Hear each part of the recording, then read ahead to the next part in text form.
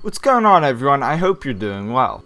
Tanner here, and in this one we're going to give a few of my setups a facelift. We're also going to take an updated look at the Blue Dream shrimp tank, the Betta's blackwater setup, the Nano Riparium, and the 180-gallon vivarium. The first thing that I wanted to do was give the Blue Dream shrimp aquarium a bit of a facelift. At first, I really liked the look of the lighter sand, but over time, I liked it less and less. I also got a few comments saying the same thing, so let's swap it out for some black sand. Doing so is actually much easier than you may think. As you can see, I already drained a bit of the water and shut off the filter. Then I got a siphon going and used it to suck the sand out of the aquarium. After getting a bit of the sand out, I removed some of the smaller stones and then siphoned out more of the sand. My goal was not to remove every bit of the white sand, but just enough that it could be easily concealed with the new stuff. During this process, the water was getting low, so I just started spraying the plants to keep them from drying out. Now then, let's add the new sand. To do so, I dumped it into a bucket. The sand was already pretty clean right out of the bag, so I didn't bother rinsing it. Then I siphoned all of the tank water from the sand removal into this bucket. To minimize the reintroduction of excess organics that were present in the previous sand, I covered one end of the hose with a filter pad. On that, you may be wondering why I didn't just use new water. Since this tank is housing shrimp that are sensitive to changes in the water, I'm usually not doing this big of a water change because I want the parameters to remain as consistent as possible. So I wanted to reuse most of the same water. Like before, I siphoned the old water and the new sand back into the aquarium. This method is nice because you can direct the sand to wherever you want and it won't get stirred up in the water column. Once I got enough sand in the aquarium, I used my trusty fan brush to redistribute it.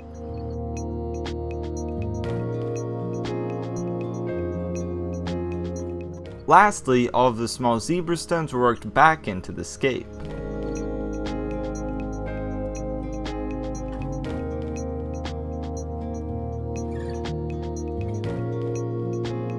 And here's how it looks a few days later. I think that the black sand creates a cleaner, more cohesive aesthetic and makes everything pop more effectively. The tank does need a good trim, but I'll save that for another time. Overall, I really like how it's coming together, but there is a problem that I noticed, which is some blackbeard algae growing on the driftwood. This should be easily managed though, because all of the driftwood is connected together, so I can easily just take it all out, spray it down with some hydrogen peroxide, and put it back into the aquarium. We'll tackle that in a different video though. Next up, I want to make a few modifications to the 180-gallon plywood vivarium. I know that a lot of you are probably getting impatient with me and want me to just stock this setup already, but as I've said before, I'd rather take my time and get this set up exactly how I want prior to adding the dart frogs. Plus, I'm alright just having a box of plants. I don't need anything in here to enjoy it. Anyways, we'll incorporate some new plants that have just been added to the lineup. First off, we've got a Dracula lotax orchid. These are a smaller orchid than what you're probably used to seeing, but unlike common phalaenopsis orchids, these actually do really well in terrariums. Before planting, I generally split my plants into a few sections so that I can get the most for my money and stimulate new growth, and these plants were no exception.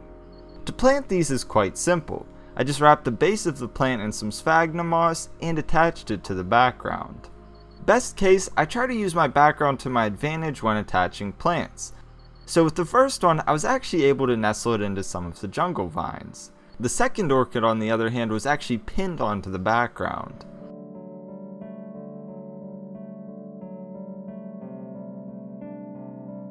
I know a lot of you have been curious about this process, and I've shown various methods in the past, but stainless steel wires are definitely the way to go. I got this spool for around $4, and I'll leave a link down in the video description. Stainless steel is great because you can put it in your tank long term, and it won't rust or cause any adverse effects. All that I do is just cut a length of the wire and bend it into a little C shape. Assuming that you're using a foam background, you can then simply press the pin into the foam and your plant is good to go. Just make sure that during this process you don't crush the plant. Anyways, I also got a Masdevallia nidifica orchid. This one is also pretty small and well suited for a terrarium. Just like the Dracula, I split this into 3 plants and then wrapped them in some sphagnum moss. From there they could of course be pinned onto various sections of the background.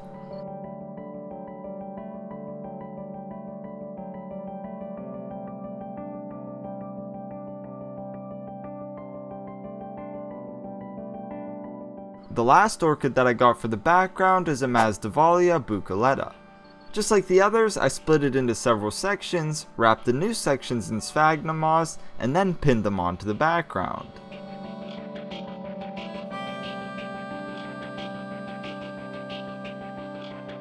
I also got another exotic plant for the background, which is this Limophyllum microphyllum small round. Despite how it looks, this is actually an epiphytic fern, and just like the orchids, it also prefers to grow on surfaces rather than in a substrate. As such, I treated it just like the orchids and attached it to the background. It's little plants like these that will really elevate any vivarium's aesthetic. You might not think that tiny and seemingly insignificant plants such as these will make a big impact, but they really do. The idea is that no matter where you look, you see a ton of different plants and textures just like you would in nature. Once I had all of these plants pinned onto the background, I covered the sphagnum moss in some java moss. This is not at all required. I'm doing it simply to create a more mature aesthetic from the start. We're not stopping there though. I also got another jewel orchid, more specifically Macodes petola. This is a really beautiful plant and I think it will look perfect right here. It will spread out in time and bloom of course, but I think it will add a really nice look to this setup. Next up we've got some Tillandsia. These here are Tillandsia juncea. I have one of these in the vivarium already, but I like the kind of texture that it brings to the setup, so I just had to get more. Just like the plants from earlier, air plants or Tillandsia are epiphytes, so they do best outside of substrate and attached onto something else. I find that it's much easier and more effective to attach Tillandsia using a bit of super glue. All that I do is put a little drop on the base of the plant and then press it onto whatever surface I want it attached to for a few seconds.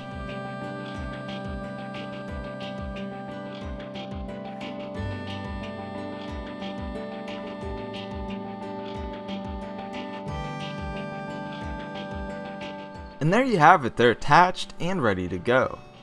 Lastly, I wanted to add a few plants for my propagation bins. I've been growing these out for a little while now and wanted to finally get some of them into the setup. First off, we've got a Begonia Rex. I'm still trying to fill in a little bit of a space on the left side of the setup, and I think that this one will really help me do that. Next up I have a Calysis riti. This is a fern, and although it looks very similar to Java fern, it's definitely not. Unlike Java fern, it doesn't get much larger than what you see here, so it should do pretty well in this location.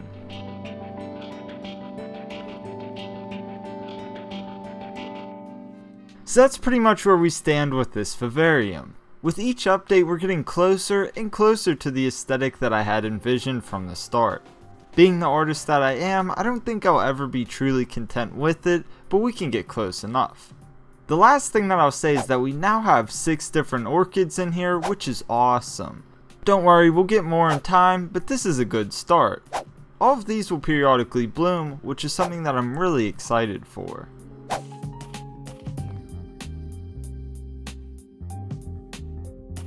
I also want to do a quick update on Caspers Aquarium. It's finally the blackwater tank that I originally wanted it to be. As expected, Casper is really enjoying the tannins. He was spunky before, which is why I bought him, but now he's a total maniac. Also, look at the iridescence in his fins. You could see them before, but with the tannins, his colors really pop. Now you may be wondering, how did I get this tank so rich with tannins? Well, I utilized some rooibos tea. I really like drinking tea, so when I found out that this could be used in aquariums, I jumped right on it. What I like to do is make myself some tea, drink a cup or two, and then share the rest with my buddy once it is cooled down. Usually I'll do a small water change just before adding the tea, and then dump it right into the aquarium. The rooibos helps safely create the blackwater look and provides the benefits thereof. I'll leave a link to the tea that I'm using down in the description, as well as a video that gives you more information on this topic. Anyways, I highly recommend giving it a try in your aquarium if you want to experiment with black water. Also, if you're like me and you enjoy tea that's earthy, it's great for drinking. Lastly, we'll take a quick look at the Nano Riparium. Thus far, it's doing really well. All of the plants are showing signs of new growth, and overall I think it looks pretty good. However, you'll notice that the top is covered with some plastic wrap. Initially, I wanted the container to have an open top, but I think that I'd rather keep it going with a closed top. So I cut out a piece of scrap polycarbonate to make a lid. Long term, I'll probably cut out a piece of glass, but I didn't feel like dealing with any of that at this time, so polycarbonate was what I used. Prior to covering this up, I wanted to give the dwarf horsetail a bit of a trim. It's doing pretty well, but there are a few dead sections that need trimmed. Removing these sections will promote the health of the plant and stimulate new growth. By the way, this tank is a lot smaller than you may think. It measures 6 inches long by 5¼ inches wide by 5½ inches tall, and it has a max capacity of 0.8 gallons. It's only holding about 0.2 gallons of water, so it's really not suitable for any inhabitants. However, some springtails did decide to take up residence. Chances are they were living on some of the plants that I used. I'm not going to bother removing them now, so I guess we can say that there are critters in here after all. Since MJ's tank is no longer on this shelf, it will be used exclusively for all of my nano builds.